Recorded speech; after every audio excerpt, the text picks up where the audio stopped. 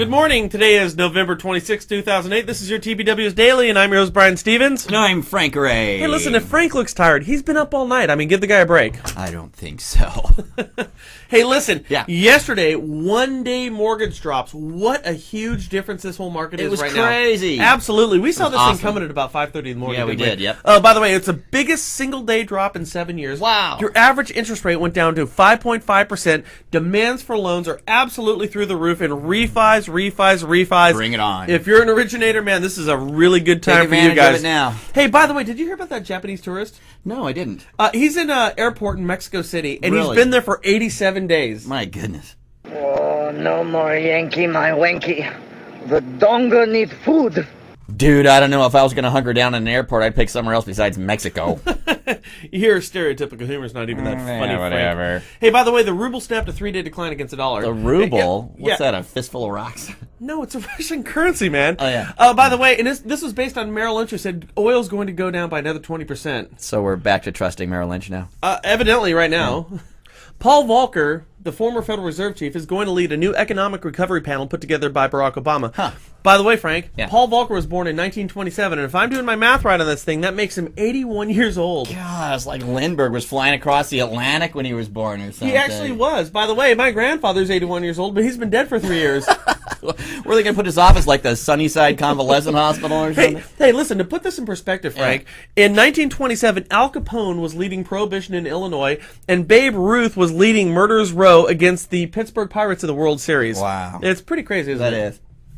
The 87th annual Detroit Auto Show is coming up, and by the way, Frank, that's where they show concept cars and different ideas in the automobile industry. Dig it. By the way, the one I really like is the I don't need to be subsidized by the U.S. tax dollar sedan. Nice. 4 or 6-cylinder. Either way. Yeah, I like a more practical car where you can accomplish things while you're driving.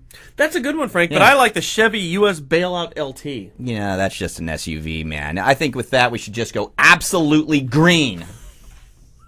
And that's a good one. Hey, by the way, in Fort Looping, Colorado, there's a noise ordinance problem going on with the young kids driving cars around. Okay. There's a judge out there who's requiring kids to sit down and listen to an hour of Barry Manilow when they break the noise ordinance.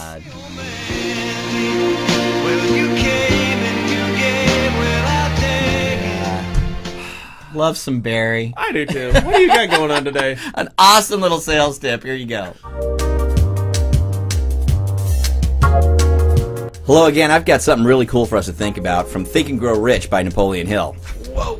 Chapter 1 is on the power of thought, and part of the power of thought is our determination. Hill points out that if we are truly determined to achieve something, we'll find a way to do it.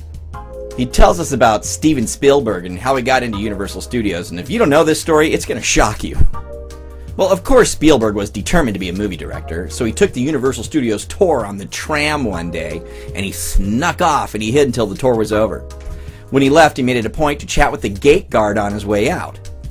Well, he did this almost daily for about 3 months until the gate guard figured he just worked there. Then instead of going in on the tour tram, he'd just walk right in. He made it a point to speak to directors and writers and editors. He even found a vacant office that he set up as his own and got his name in the studio directory somehow.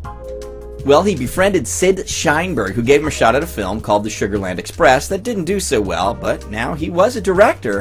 And then eventually he got to direct the movie Jaws. Now, the rest is history, man. Indiana Jones, E.T., Jurassic Park, and now he co-owns DreamWorks, all due to his determination and his bold creativity.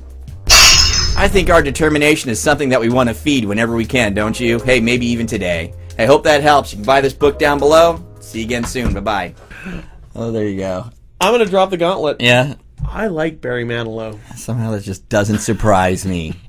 Hey, video marketing workshop. You register for it down below. It's today at 12 noon. Don't miss it. With that, you guys have a fantastic day. We'll see you later. Think big. Work small.